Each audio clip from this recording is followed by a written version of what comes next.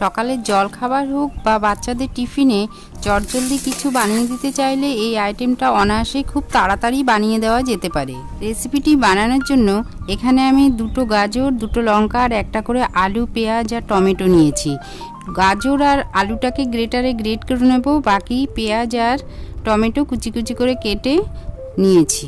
এখানে আমি 1 কাপ পরিমাণে ময়দা নিয়ে তার মধ্যে কিছুটা পরিমাণে গাজর কুচি আর আলুটা পুরোটা আর পেঁয়াজ আর টমেটোটা পুরোটাই দিয়ে দেবো। 1 কাপ পরিমাণে ময়দার জন্য একটা গাজরই যথেষ্ট। আর যদি কেউ বেশি পরিমাণে সবজি খেতে চায় তাহলে আর একটু বেশি দেওয়া যেতে পারে। দিয়ে দেবো পরিমাণ মতো লবণ আর দিয়ে দেবো একটা ডিম। এবার প্রথমে 1 কাপ পরিমাণে জল দেব, লাগলে পরে আবার দেব।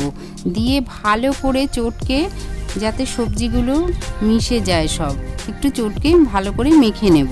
পরে আবারও একটু জল দিয়েছিলাম, দিয়ে ভালো করে এইভাবে একটু গোলা রুটির ব্যাটারের মতো ব্যাটার তৈরি করে নেব। সবশেষে 2টো লঙ্কা কুচি আর 1 চামচ পরিমাণে গোলমরিচ গুঁড়ো দিয়ে আবারও একটু মিশিয়ে নেব।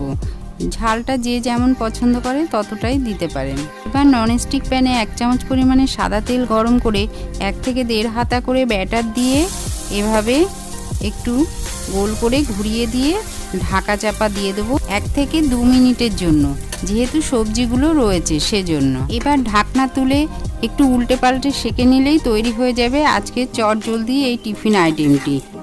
তাহলে বন্ধুরা, আমার এই চটজলদি টিফিন আইটেমটি কেমন হয়েছে অবশ্যই কিন্তু কমেন্ট করে জানাতে ভুলবেন না। আর লাইক কিন্তু চাই, আর অতি অবশ্যই সাবস্ক্রাইব করে আমার চ্যানেলের সঙ্গে জুড়ে থাকার অনুরোধ রইল। সবাই ভালো থাকবেন, সুস্থ থাকবেন। অনেক অনেক ধন্যবাদ।